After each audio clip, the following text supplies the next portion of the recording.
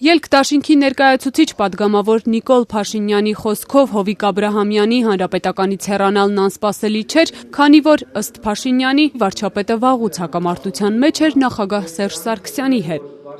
Սահմանադրական փոփոխությունների փաթեթիկ քննարկման ժամանակ ազգային ժողովում ունեցած իմ ելույթում ես խոսել եմ Հովիկ Աբրահամյանի եւ Սերժ Սարգսյանի հակամարտության մասին, այդ հակամարտությունը դրանից առաջ էլ իր տեղն ուներ եւ կապված էր դա Տիգրան Սարգսյանի կառավարության հրաժարականի հետ։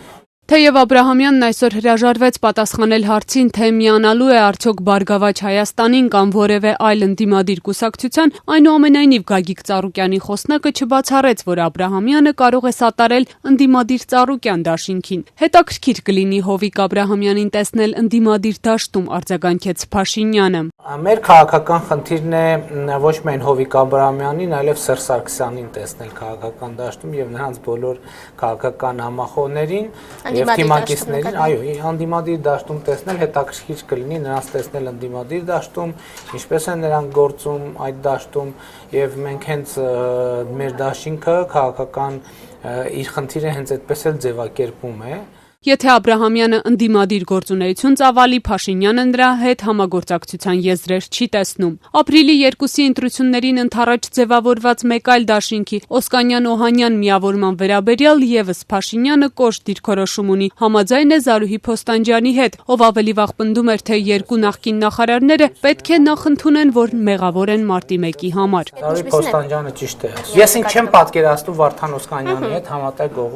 քաղաքական գործունեություն ծավալել։ Նրանց ում հետ պատկերացնում եմ, դա չի նշանակում, դուք գիտեք, որ նրանց ում հետ պատկերացնում եմ համատեղ քաղաքական գործունեություն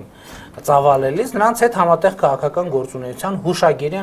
հուշագիր ենք ստորագրել, մենք մեր կուսակցությամբ։ Փոխարենը դեռ փակված չէ Ժառանգության հետ հնարավոր համագործակցության էջը, քանի որ, ինչպես նշեց Փաշինյանը, Ժառանգությունը գաղափարակից ուժ է։ Հիմա Ժառանգությունը պետք է իր դիրքորոշումը արտահայտի, Ժառանգությունը ըստ նաև իրենց հայտարարությունների իրենց տեսնում է ընդարձակ տարբեր ֆորմատների մեջ, ելք դաշինքը չի տեսնում իրեն այդպիսի ընդարձակ ֆորմատների մեջ, որտեղ ելք դաշինքը ինքը քաղաքական բևեռ է ձևավորում եւ ինքը չի կարող իրեն այլ դիրքի մեջ դնել։ Հիմա եթե Ժառանգության մեր գործընկերները հետաքրքրված են մեր օրակարգով, մենք բնականաբար հասկանալիորեն կարող ենք եւ պատրաստ ենք այդ հարցը քննարկել։ Ժառանգության փոխնախագահ Արմեն Մարտիրոսյանի խոսքով դեռ քննարկում են ընտրություններին մասնակցելու հնարավոր սցենարները, կգնան մենակ, կմիանան ելքին, Օսկանյան-Օհանյան, թե Ծառուկյան դաշինքին չեն որոշել։ Սակայն ըստ Մարտիրոսյանի միանշանակ է Ծառուկյան դաշինքը ոչ թե կշահի, այլ կկորցնի, եթե նախկին վարչապետ Աբրահամյանը համալրի նրանց շարքերը։ Պարոն Ծառուկյանը կկորցնի, էլեկտորատ կկորցնի, բայց մի բան կա, որ իսկապես ես դրական եմ գնահատում։ Պարոն Աբրահամյանի հեռանալը շատ կարևոր է այն առումով, որ ըստ էության հանրապետական կուսակցությունը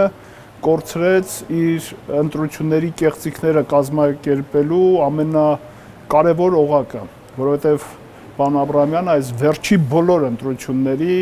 շտաբի պետն է եղել, համակարգողն է եղել, հրապարակային, ոչ հրապարակային, բոլորս դա գիտենք։ Արմեն Մարտիրոսյանը չի կարող պատկերացնել Աբրահամյանին որպես ընդդիմադիր։ Ցանկացած պարագայում այնուամենայնիվ որքան էլ նախկին պաշտոնատար անձինք սխալներ ունենում են եւ պետք է հնարավորություն ընձեռ իրենց այդ սխալները ուղղեն, բայց կարծում եմ պարոն Աբրահամյանի սխալների ծավալը այնքան մեծ է եւ համակարգային է, որ որքան էլ քննադատվեմ տոլերանտության համար նախկին պաշտոնյաների համագործակցության հետ կապված, բայց ազնվորեն պարոն Աբրահամյանի հետ չեմ տեսնում։